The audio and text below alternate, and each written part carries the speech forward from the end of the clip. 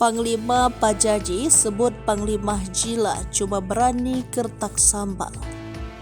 Perseteruan antara dua panglima di tanah Kalimantan sengit. Dua panglima yakni Panglima Pajaji dan Panglima Jila bersitegang soal IKN. Panglima Pajaji naik pitam atas teror di keluarganya seusai membantah pendapat Panglima Jila soal ibu kota negara atau IKN. Sebab setelah pernyataan ke Panglima Jila soal pemindahan IKN ke Kalimantan, keluarga Panglima Pajaji menerima teror. Diketahui Panglima Pajaji adalah Panglima Dayak yang memberikan pernyataan bertentangan dengan Panglima Jila. Panglima Pajaji tampak tegas menentang seluruh pernyataan milik Panglima Jila soal IKN.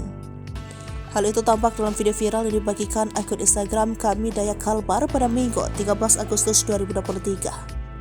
Panglima Pajaji menyebut jika pembangunan IKN belum final. Ia juga menegaskan bahwa Panglima Jila tidak berhak untuk melarang pendapat masyarakat Indonesia. Selain itu, Panglima Pajaji juga terlihat kesal dengan pernyataan Panglima Jila yang dinilai tidak sepemikiran dengan masyarakat Dayak Kalimantan. Panglima Pajaji mengucapkan seharusnya Panglima Jila ikut menolak pembangunan IKN.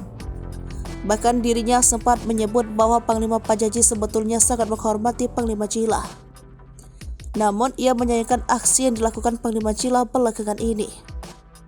Dirinya menyebutkan terdapat sejumlah alasan Panglima Pajaji menolak pembangunan IKN di Kalimantan.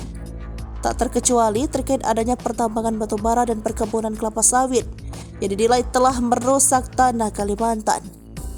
Selain itu, dirinya juga turut menyebut bahwa Pulau Kalimantan adalah paru-paru dunia, sehingga hal inilah yang membuatnya merasa pembangunan IKN akan merusak hutan Kalimantan ke depannya.